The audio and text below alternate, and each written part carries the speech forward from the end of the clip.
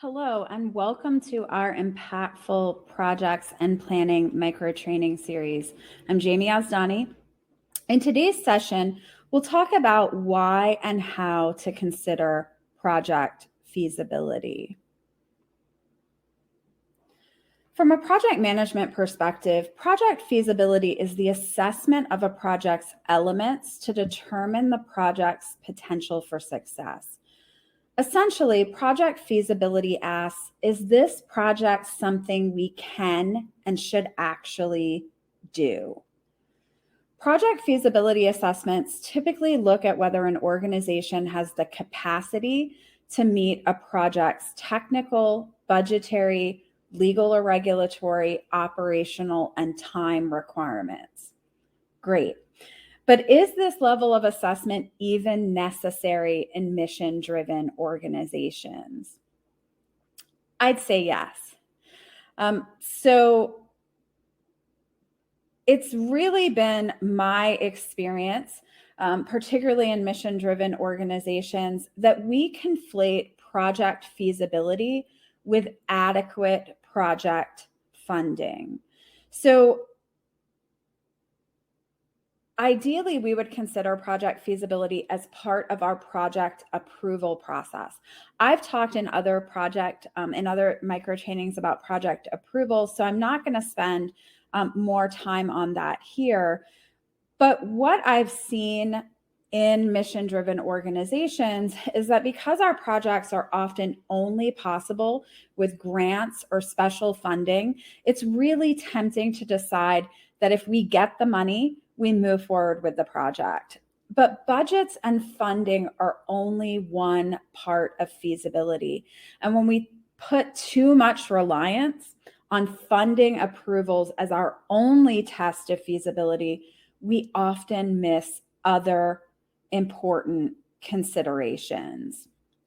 Again, feasibility considers more than budgeting or funding requirements, so it can help us look at other elements or requirements of our project and whether we can and want to meet them.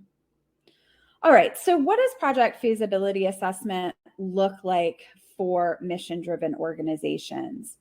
So I recommend that mission-driven organizations, that's nonprofits, government, education, libraries, assess a project's needs and its risks or rewards across 5 different areas. So people, so this is our team, our stakeholders. Effort, these are the activities and work required to do the project. Resources, this is funding, but it could also be equipment, tools. Timeline, these are the deadlines for the project and the amount of time that the project is going to take. And then alignment. And so we want to make sure our project is aligning with our strategic priorities and our organization's values. So for people, we can ask who might need to be involved with this project, who will lead activities or perform tasks. Once we've answered this question, it can help us see the risks and rewards involved with the project. For people, an example of a risk could be that the project will involve volunteers who have limited availability, while a reward might be the opportunity to engage with a new community partner. Of course, your risks and rewards will vary based on the project and your environment. For effort, we could ask, how much effort will this project take? What types of activities will be required? Examples of effort, risks, and rewards would include things related to the work of the project itself.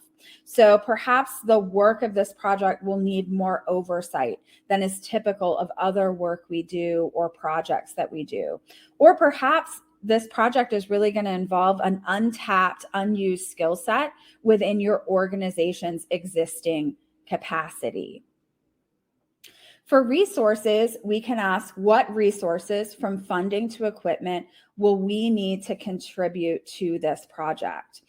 Examples of resource risks and rewards might include things related to funding or procurement sources or to tools or platforms. As we work through the people, effort, and resources aspects of this assessment, we often begin to consider time.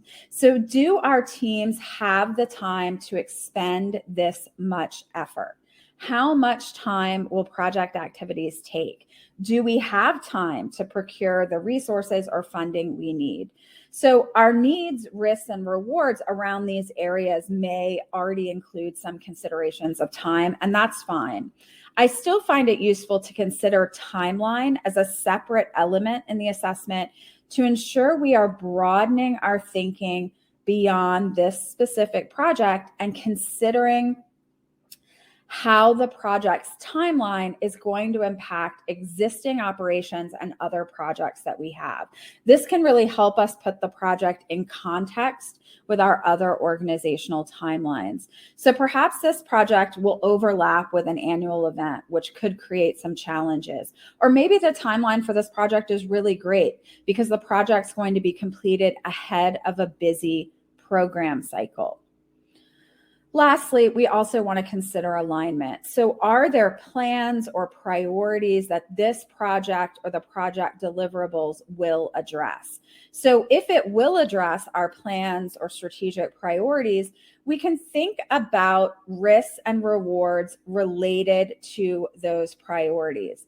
Failure on this project might have a negative impact on the progress we've made toward a specific strategic priority, while maybe success would go a really long way toward more progress on that same priority. If the project isn't addressing a plan or priority, this project isn't in alignment, and that really is a risk in and of itself.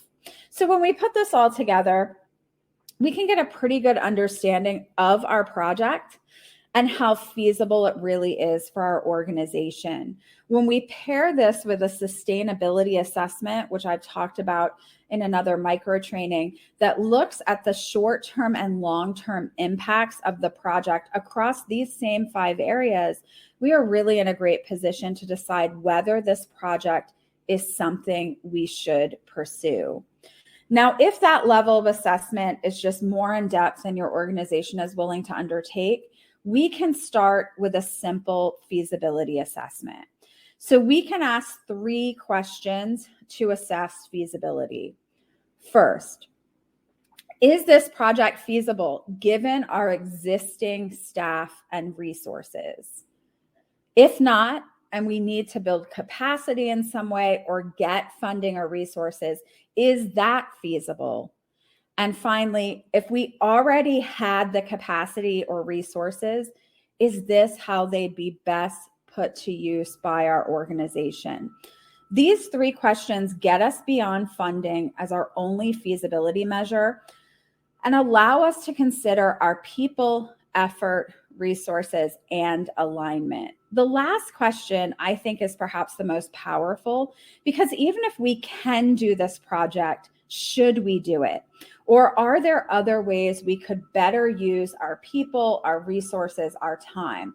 Are there other priorities and objectives we should be addressing instead?